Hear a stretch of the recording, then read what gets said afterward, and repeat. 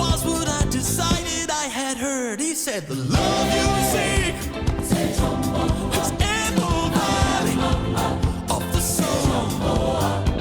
The love you seek is in the wisdom written on the ancients. Hello, welcome back to Come Lose It with Matt Duncan. It's your monthly check-in.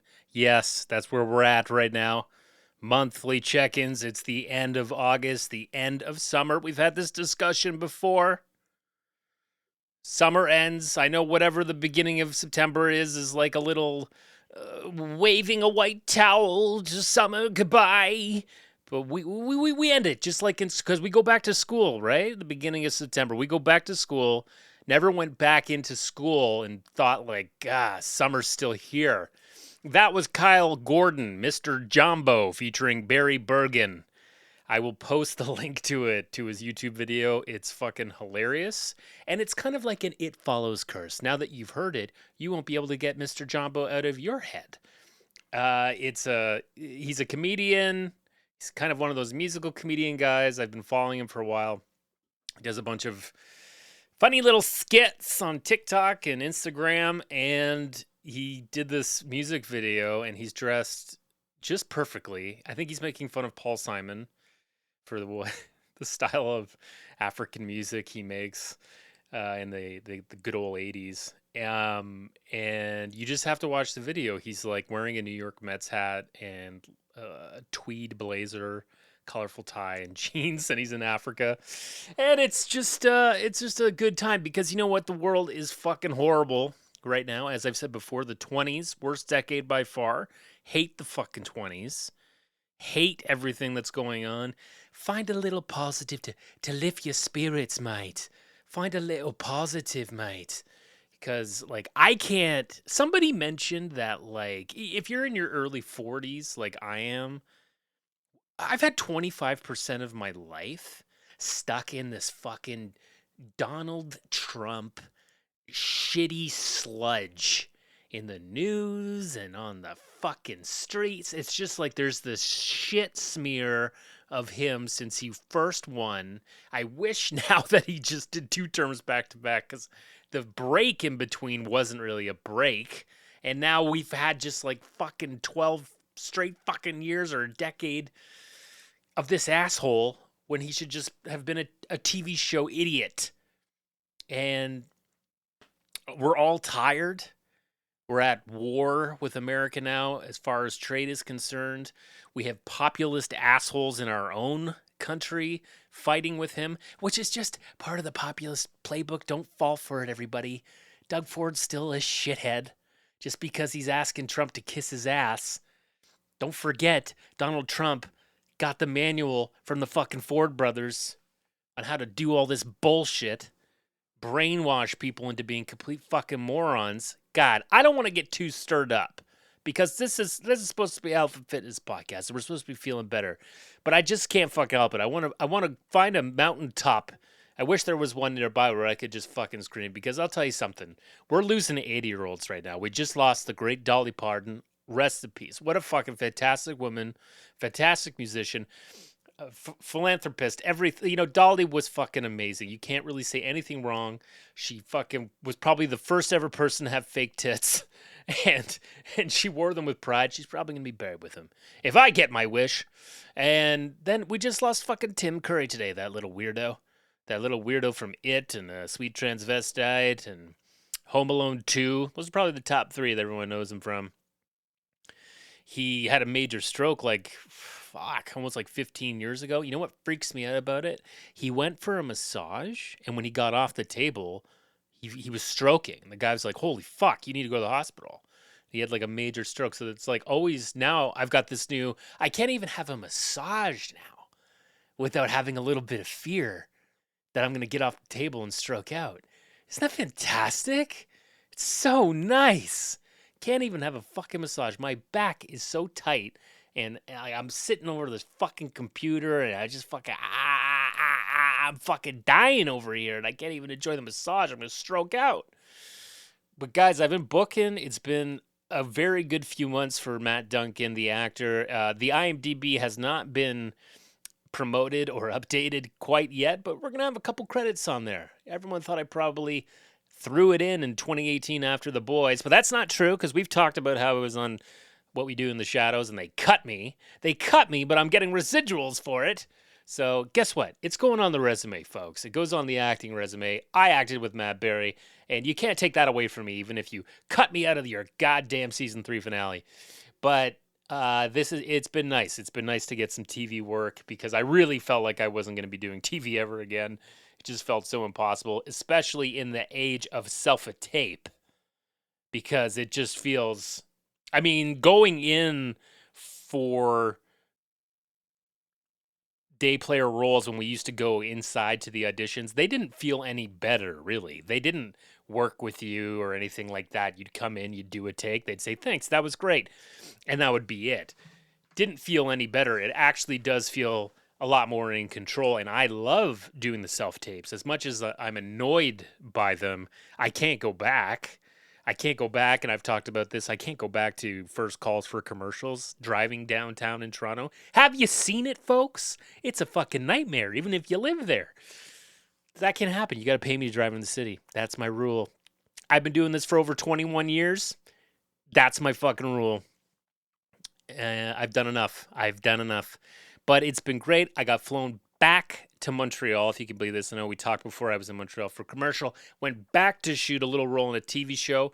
Very exciting. Got to work with my friend Andy Hall, who took over the podcast I used to do as the producer. He took over the Confederacy of Dunks, so that was kind of cool. We got to play cowboys in the Old West in a new vampire show called Internally Yours, coming out in the near future, I think in October. That's all I can say. I don't want to say too much more. I don't want to spoil the plot or anything, but we'll make sure to be posting up about Man 1 and 2 in these exciting episode 103 of Eternally Yours, only on CBS from the creators of Ghosts.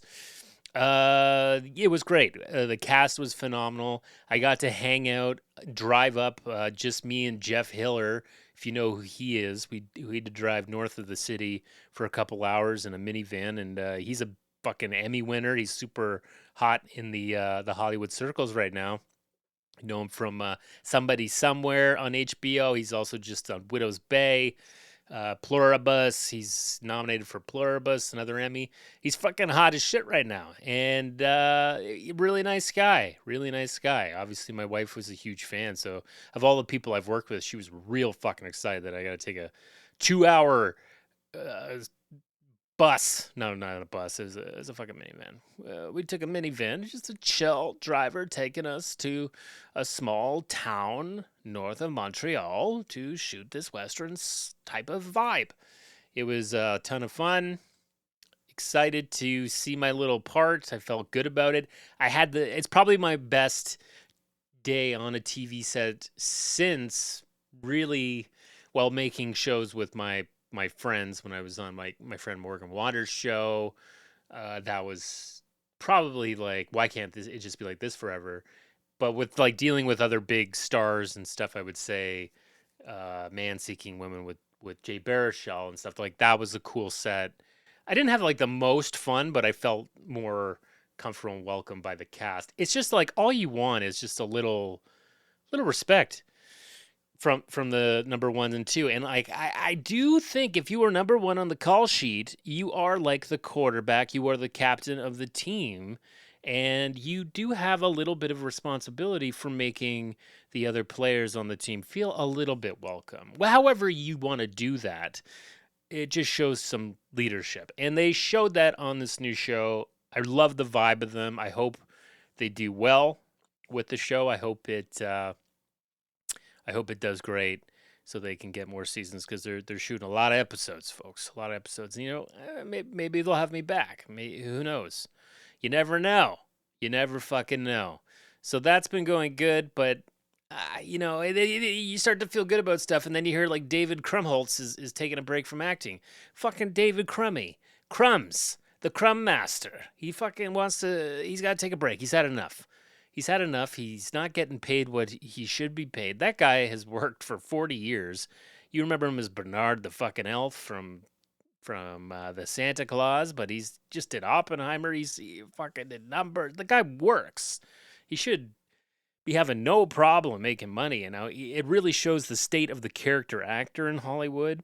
Even though I just got this little role, and I'll be honest with you folks, it's not going to pay anything really life changing, but there is a death of the working class actor, and I keep hearing more and more about it. These actors that I see constantly on TV, series regulars and stuff, they just aren't getting work anymore, or they're not getting pay. So they have to sell their homes before they could easily afford their homes and shit, right? And now it's like they're just carving and carving and carving.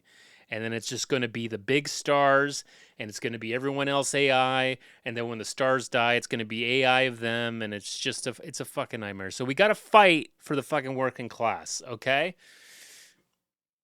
Something exciting. I don't know if one of my favorite ever documentary series is called the Up series. It's a British show. I don't know if you've heard of it. I've probably talked about it in the past. Started in the 60s, and the first one was called 7 Up, and they interviewed all these kids, some from private school, some from public school, poor, rich, and they just asked them questions, and then they followed them. Every 7 years they would do another one. 7 plus 7, 7, 21, 7 up 20. It just kept going up and up and up. And they're doing the last one. The director died, and there's another guy coming in to finish the series. 70 Up. It's incredible. If you watch that whole fucking thing, it's quite a slog if you're going to go through every one, because it's kind of like they recap quite a bit as you go. So like watch the first couple, and then you can maybe skip to the 30s and see some recaps, but you see their whole life from when they were kids and what they thought they were going to do, and then how they panned out, and what happened to that rich guy. Oh, he's fucking crazy, and he's homeless, and then he got it back. It's incredible.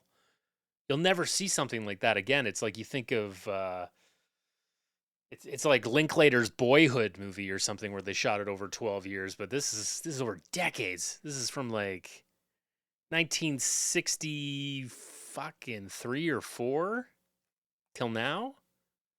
Watching people grow up and go through those awkward phases and shit, it is fucking incredible. So keep an eye out, because it's coming out this year. They're all born in 1956. They turned 70 this year. So that'll be really exciting. The GTA 6 shit, the PlayStation shit, it's like really bumming me out. It's like I don't even know if I'm going to keep buying PlayStations or anything. It's been a long time. I'm still a PlayStation 4 user, and that is now obsolete, apparently. But it's like they're taking away physical games. This GTA 6 shit is hilarious. There's a hacker leaking the game. Cost the company $2.3 billion in stock market drops or something like that. It's just like fucking holy shit, man. There's just a real stench to this game, you know? A real stench since the beginning. So I don't know. I'm not even that excited to play it. I've seen some of the leaked stuff. It looks cool, but everything's kind of ruining it. You know? It's all just kind of getting ruined. But, you know, there are some negative things going on, but we got to try and stay positive. And we've had these terrible deaths. 2026, very terrible. And there was a guy, I don't know if I can find him. Let me look real quick. Okay, there's this guy that I follow, Pearlmania 500. He's a comedian, and he does these fucking crazy rants about the state of things and Donald Trump, and he's obviously a left winger that's just fucking losing his mind, living in Pennsylvania. Kind of looks like if Eric Stoltz and Rosanna Arquette in Pulp Fiction had a child after they plunged that syringe into Uma Thurman's chest. Like he would have witnessed that probably as a 10-year-old. I always think of him being that guy. He would play him in the Pulp Fiction reboot. But he had I talked a lot about the deaths and stuff that have happened this year, and it's just been so fucking annoying. And he has a word for the Grim Reaper. Let's give Pearlmania 500 a go here. Grim Reaper, bring it in here for a minute. Wrong 80-year-old, you piece of shit. Wrong 80-year-old. Do you even come for evil people? You came for Dolly Parton? You came for Dolly Parton. You hear millions of people every single day say, come for the person in the bad makeup with the big tits who are making our lives miserable. And you came for fucking Dolly Parton? The nicest woman to ever live? A person who has personally sent my child a book every single month for his entire life through her imagination library. That's who you took. Not the person who defunded the fucking imagination library. Not the fucking psychopath who's spreading measles all over the fucking country. While Dolly Parton was the one who funded the Moderna vaccine against COVID. You're going to come for Dolly fucking Parton. I'm just saying, we don't got faith in you no more, Grim Reaper. That's what fuck I'm telling you. Grim Reaper, Grim Reaper come for everybody. That's funny because there's a big old list of bitches he don't seem to come for. There's a list of big old fat titty bitches making everybody's life fucking miserable. Grim Reaper don't seem to want to hang out with him. Feels like Grim Reaper ain't got no smoke. That's what I'm saying. That's what I'm saying. You want to have your jersey on the wall, Grim Reaper? You want to have it up in the rafters and ain't going with these numbers. Grim Reaper ain't nobody looking to you when you come take Dolly Parton. And on that note, with all this death, let's get to some birthdays. Okay, guys, huge fucking day. We got Keke Palmer. She's 33. Fuck, she's been working. She's been working, doing tons of shit. Not as much as Eric Roberts. You need to check out Eric Roberts. If you're a friend, check in on him. He's got about 850 credits on IMDb. He's done like 90 things in the last year alone. How the fuck is he doing all this shit? Is he just a day player? Is he just ripping in for an hour? I don't understand it. Chris Pine is 46. Star Trek man, 46. He's a Nepo. His dad was on Chips, not Chimps. Melissa McCarthy is 56. Can you believe it? She's on that Ozempic. Good for her. She's feeling better, but she's beautiful. Doesn't matter what she does. Does not fucking matter. Be chubby, be skinny, beautiful lady, very funny, very talented. Macaulay Culkin is 46. Grab your cheeks, scream. Grab your cheeks, scream. 46 years old. Can you believe it? How long has it been? How long has it been? He is way older than Catherine O'Hara was when those movies came out. Time flies, folks, but don't ever forget, Christmas is just around the corner. Brett Cullen is 70. You know him to see him. Same with Mike Coulter, who is 50. John Mulaney is 44. You know John Mulaney. Oh my God, John Mulaney. I don't know if I like him. I kind of do. I thought when I first saw him, I was like, look at this guy in his suit doing his stand-up. He's old-fashioned. And then you hear he's had all these addiction problems, and he like left his wife and had an affair and got the other one pregnant. You know, he's spicy. For a guy in a suit, he's pretty spicy.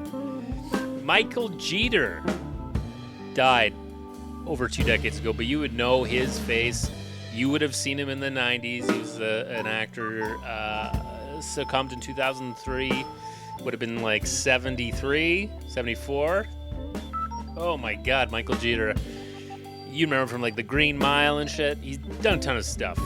Ton of fucking stuff, guys. So happy heavenly birthday to him. And you know, everyone else, have a great time. But let's just get to like some things that have happened on this day of August 26th on episode 141 of Come Lose It with Matt Duncan. In 1968 on this day, Hey Jude was released in the U.S.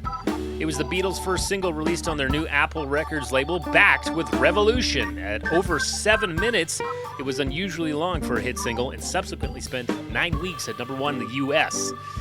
This day in 1939, Major League Baseball went televised for the first time. NBC broadcast a Dodgers-Reds doubleheader from Ebbets Field. There were only about 400 television sets in the New York area, and the broadcast used just 2 cameras.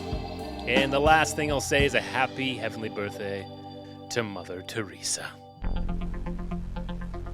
Fitness update. Okay, guys, let's get to the fitness update. We're going to rip through some health news. I'm just doing some like bullet points of some weird stuff that is going on.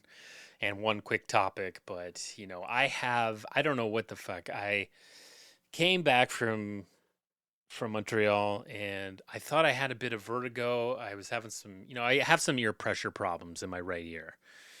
And I came back and I just like I felt a bit foggy and fucked up, and I was worried that I had this like vertigo. But it turns out I don't know what the fuck it was. I did the Epley maneuver. Do you guys know what the Epley maneuver? If you are feeling any kind of benign vertigo, you can do this exercise on your bed where you just kind of whip your head back and hanging off the bed, and you can look it up if you're having those troubles. It does work. I know for people who have had vertigo, my wife's had it. It does stop the dizziness like immediately. So it's something to look into if you're having that. I thought I was having like a very small bit of that from a fucking, I don't know, man. Flying doesn't feel right. I'm overly sensitive. I'm a hypersensitive person. So I feel little things and everything, but I just feel like I'm going through the ringer every time that I fly. It doesn't feel like nothing. It doesn't feel like I'm just going for a drive, And that's just, I know for a lot of people, it's totally fine. And they fly forever, or they fucking fly forever. They just get on that plane and never get off. A lot of people fly like crazy, and they're just totally fucking fine. I don't know how I couldn't do it. It's like I've been doing this acting stuff for over 20 years, and I've never been flown anywhere for work. And twice in a month, I've flown somewhere. It's just crazy. Funny. Like every time I get off this plane, I'm like, well, that's probably my last time flying for at least a year or two. Like I don't fly much. And if I have to go to Montreal again, maybe I'll fucking drive next time. I'll take the fucking car and I'll just drive. Sorry, wife, you're going to have to fucking rent a car. Fuck it. I don't know. But I've been consistent with my workouts. When I was in Montreal, I went to the gym one day, did a lot of walking, came back, finished my week. I've now consistently, we are at 31 of the last 32 weeks. I've consistently worked out. I have worked out once this week. I need to work out twice more to keep that consistency streak going, and I will. I had an acid attack on the weekend, Sunday night. And it was one of the bad ones. It was one of the ones where acid came up and I was choking on it, and it kind of like went to my lungs and it burned my lungs. Very rarely happens, but you see, it's constantly like I have to wear this fucking armor because I don't know what, my wife has like an iron stomach, and she can just eat whatever the fuck she wants at any time of the day and just go right to sleep. And she has no trouble. She has no heartburn. She rarely ever gets heartburn. I think she's always like, what is this? It's very, very foreign to her, like Data. From Star Trek. But for me, it's not foreign. And I know if I eat something rich, she made some kind of chocolatey rich thing, and I had some before bed, and it fucking killed me. It killed me. And it's like, you're up for an hour trying to get your breath back under you. And I just kind of have this like burned feeling inside from the acid. I just don't feel, I think it's getting better. But I'm like I'm huffing fucking Vicks because I feel like I got a bit of acid or something in my lungs. I don't know, man. It's something new every week. The 40s are fun. I'm trying to deal with the usual, as they say, anxiety over health stuff. And I just say first, fascinating. I try to do it like I'm a scientist trying to make it happen to me so I can observe it and be so wondrously entertained. Fascinating. Oh, this feeling I have when I breathe. It doesn't like hurt. It just kind of feels like a real mild strain or something in my middle area. I don't know. It's weird. I can't really describe it. I hope it goes away soon. It's been a few days. I think it will. And I'm being really smart. I'm not eating late. And there's a real cutoff. I've put my foot down as far as dinner concerned. Like fucking nothing past 9, except water, liquid only. Nothing acidic. I gotta stay off the acidic stuff. Can't eat fucking late pizza. Can't eat late pizza. Can't eat anything rich late ever. It's really bad for you. And for some people who've got a shitty gut or whatever the fuck is going on with me, it's really bad. So, yeah, I got to be smarter about that. And it's good to have this fascinating feeling right now because it makes me remember that I don't want to feel this again. And I won't let it fucking happen. So, we're at the end of summer, guys. We're going to keep the workout consistency going. I did some like high rep, low weight stuff. Came across a reel talking about it. It was like a former bodybuilder who died 10 years ago. And I tried it and I was like, oh, fuck. Okay. And it really knocked the shit out of me on Sunday. Like I felt fucked. I felt strained. I was like, I thought I was sick. I didn't know what was going on. I just felt really fucking off. So I had to like really just chill out Sunday and stay in bed for most of the day. I didn't get a good sleep because of the fucking acid as well. I think that was part of it. Just a fucking nightmare, man. Just a nightmare. Always happens when you start feeling a little bit good too. It's like, oh, and then it's like, oh no, it's fucking fascinating though. Fascinating. So we're going to keep trucking. I really want to lose weight. I want to stop eating shit. So I'm trying all these different things that are like macro snacks and stuff where higher volume, lower calorie. So I'm not snacking on anything dense calorie related, micro volume. You know, like it just fucking, this is what you got to do. Because I'm working out so much, I'm gaining muscle, but I need to start losing more weight. So biggest thing is I don't want to have to starve myself, but I fucking will if I have to, folks. Project Anorexia is back. No, I'm just kidding. It's not back. It's not back, Billy. It's not back. Health news. News that is health related. Okay, guys. So like we're just gonna go through a couple of news flashes we're gonna talk about real quick. Just some good old vintage news.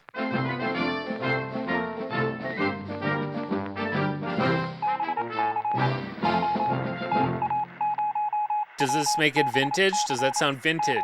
Does that sound vintage to you guys, the Morse code? Okay, so let's just go through some weird stuff in the news as far as health and fitness.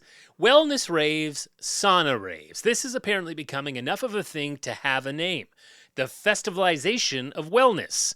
Some events combine sober clubbing, GJs, saunas, and biohacking. One London event used a joy score, intended to quantify joy, social synchrony, and connection as health variables. Broccoli performance shots. Wait, we should Morse code it. It's coming in off the wire. Broccoli performance shots. A company is selling an athletic performance shot derived from broccoli sprouts. The interesting bit is that this isn't purely wellness nonsense. Researchers are investigating sulforaphane and its potential effects on exercise physiology. The consumer product is getting attention this week. Coming in, Hitler's dead. Health food has reached ice cream. The wellness protein trend is now pushing ice cream companies toward protein and vitamin-enriched products. There's an amusing emerging question of whether every food now has to justify its existence nutritionally. Got something coming in. Oh, they're getting the job. GLP-1 beauty products are becoming their own industry. We're moving beyond, quote, Ozempic face. Products are now being marketed specifically for GLP-1 users. Skin firmness, collagen, body composition, and hair shedding, including dubious-sounding filler-in-a-bottle concepts. What else we got here? The anti-optimization movement is growing. Interestingly, almost the exact opposite trend is appearing alongside biohacking, deliberately stopping health tracking. No sleep scores, step goals, readiness scores, macros, etc., because constant measurement itself can be stressful. Oh, here we go. Something's wrong with the Apple Watch. Wearable health tech is having an existential crisis. The industry keeps promising an AI health coach that continuously understands your body. But there's increasing discussion about whether people actually want to be continuously measured and what useful thing all that data is ultimately supposed to do. That was it, man. Those are the news flashes of what's going on here. Fucking. Did you get it? Did you get that Morse code? I wonder what that Morse code's saying. It's probably like, my dink stinks, my dink stinks. That'd be funny if someone was making. You know how it's like people get Chinese tattoos with Chinese writing and stuff, and it turns out meaning like anus or something like that, and it's ridiculous. And I saw that there was an Asian fellow who got so tired of seeing these tattoos on people, thinking that there's some kind of East Asian spiritualist, that he got just the word water tattooed on his forearm. Because some people just have that. But it looks cool. It's about the look, okay? I don't care what it says. Now, the one thing I want to talk about as a quick topic is something I came across to help reduce your blood pressure naturally. There's always ways to do that. Sometimes it's eating something. Sometimes it's just exercising. Sometimes it's losing weight. But there's one exercise that has been researched and looks very promising. The wall sit. Have you done it? Do you love it? I like it more because my legs are strong, but if your legs aren't very strong, it feels pretty fucking horrible fast. Wall sits are an isometric exercise. It puts you up against the wall and you squat down almost like you're sitting on an invisible chair with your back against the wall. Your muscles contract while staying essentially in the same position. A major 2023 meta-analysis of 270 randomized trials involving 15,800 people found isometric exercise produced the largest reductions in resting blood pressure among the exercise types examined. Wall squats were particularly effective. The analysis estimated isometric training reduced blood pressure on your top number by 8.2 mmHg systolic and 4.0 mmHg diastolic on average. So your top and your bottom number, a total of a decrease of 12 mmHgs. A commonly studied protocol is surprisingly small. 4 times 2-minute wall sits with 2-minute rest in between 3 times per week. You can work your way up to that. It's probably going to be pretty hard to do 2-minute holds. Start with 1 minute with a 2-minute break and work your way up to the 2-minute if you want. I think the purpose is to get your ass on that wall. Get on the wall. Onto the wall, my friends. One proposed mechanism is that sustained contraction temporarily restricts blood flow. When you relax, blood flow increases, stimulating adaptations that improve how blood vessels dilate. The evidence is promising, but wall sits aren't established as a replacement for aerobic exercise or medication or other blood pressure treatment. It's just another thing you can add to your repertoire if blood pressure is something that you struggle with. And look, our blood pressure goes up, it goes down. You don't stay cool all day. So this is just something, even if you don't have like a medical condition or hypertension, can help to just keep that blood pressure nice and smooth. Yeah, guys. What about the other shit? You know, let's get to it. Oh, fuck.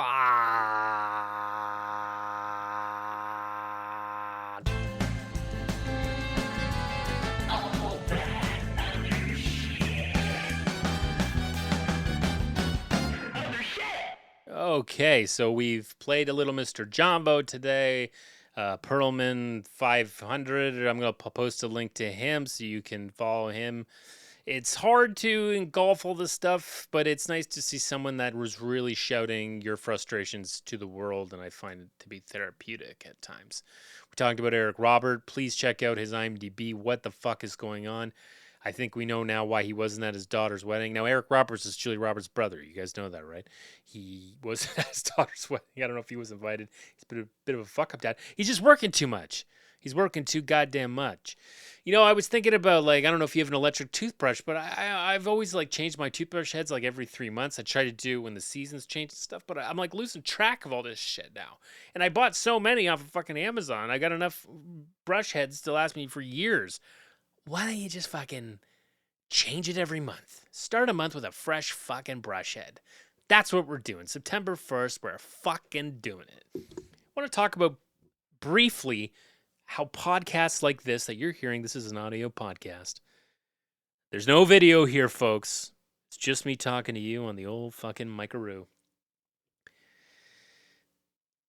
The podcasts are going obsolete, and now streaming services are showing these video podcasts. So it's something to strive for. It's not about the old way of trying to get your podcast out there and get the hits on your megaphone and all this shit. It's about the video. It's about getting something to be able to pitch to these streaming things. But still, you got to be famous. You got to be kind of famous in some way to get on these streaming services. Like, there's not going to be a fucking regular person that just had a hit podcast get a show on Netflix, but it kind of sucks because it is the death of the trueness of this art form, which I think is the radio show. It's an intimate, beautiful thing that we need more people to be listening to podcasts. I don't want you watching so much. We're on these fucking phones all the time. I am so sick. I'm making my fucking iPhone shitty. I don't care. I turned off all the fancy effects because it's cooking my battery. Now it's just like a fucking bullshit phone. It's just a bullshit looking. It probably looked better on the iPhone 4 than it does now. I don't give a fuck. I'm tired of all this shit and all the subscriptions. Watch fucking the most recent John Oliver about fucking subscriptions, man. It's like, what are we doing? What the fuck are we doing? My God. Oh, God, with all the other deaths going on, I didn't even mention Hayden Panettiere. Hayden Panettiere. Remember the Titans? Remember she was like it was like at that time, it was like Hayden Panettiere and fucking Dakota Fanning were like, are these children grown women?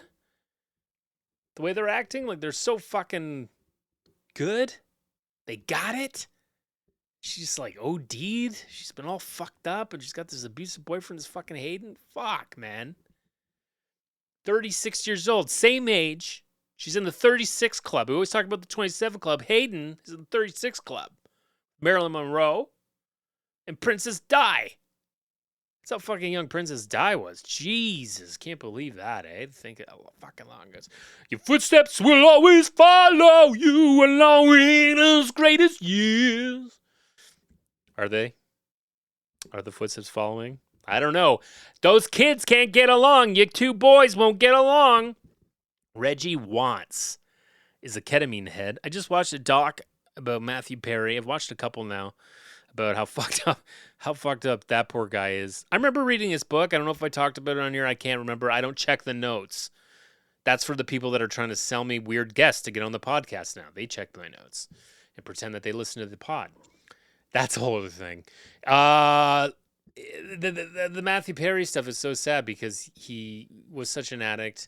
His book, I felt hopeless to me. It felt like, wow, you're just fucking standing in front of a firing squad and they keep missing you for some reason. And sure enough, he passed away because he was taken advantage of and was high on that ket and passed out in his hot tub, which is what happens. And then this fucking Reggie Watts guy, you know, like I don't know if I've ever really liked Reggie Watts. You know, he had that kind of hipster, cool music vibe about him.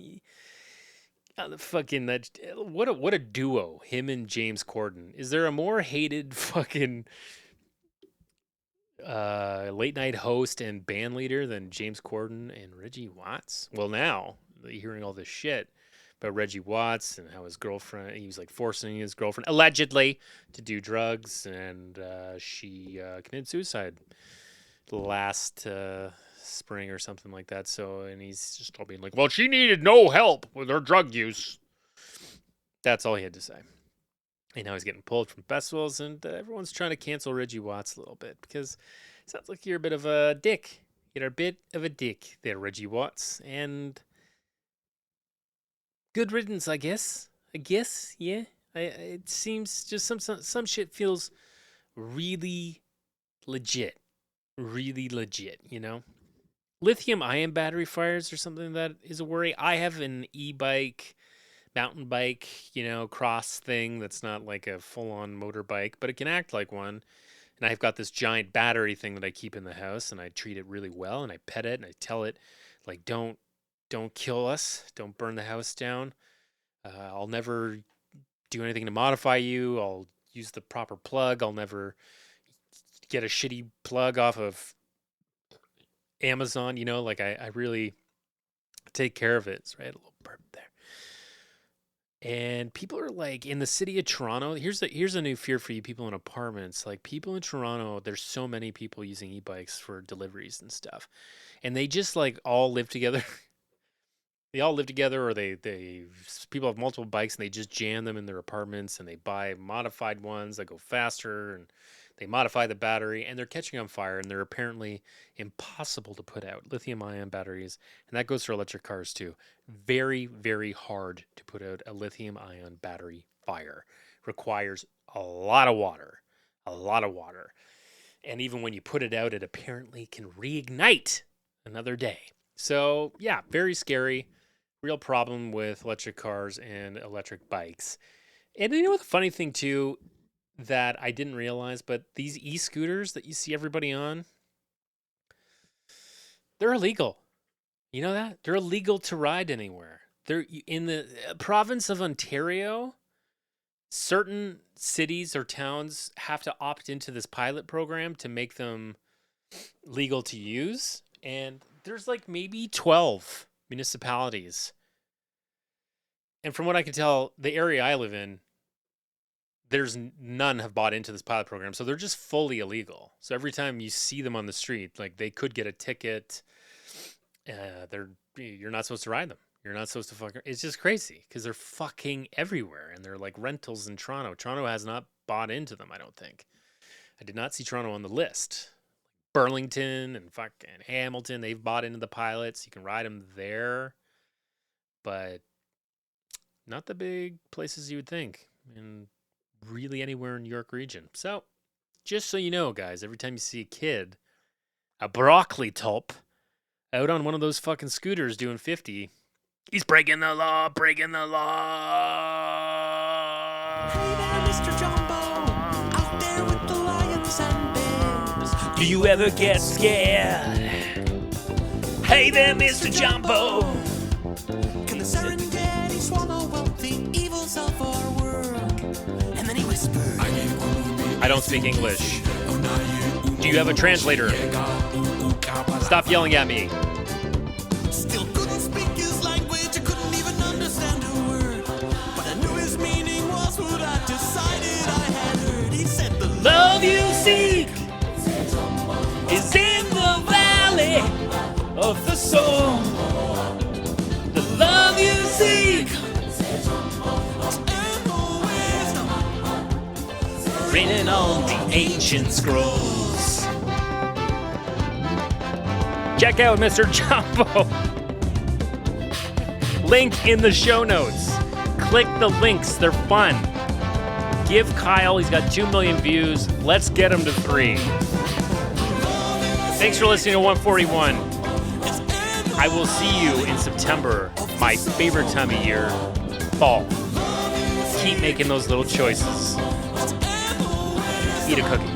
Have fun. Ancient scroll.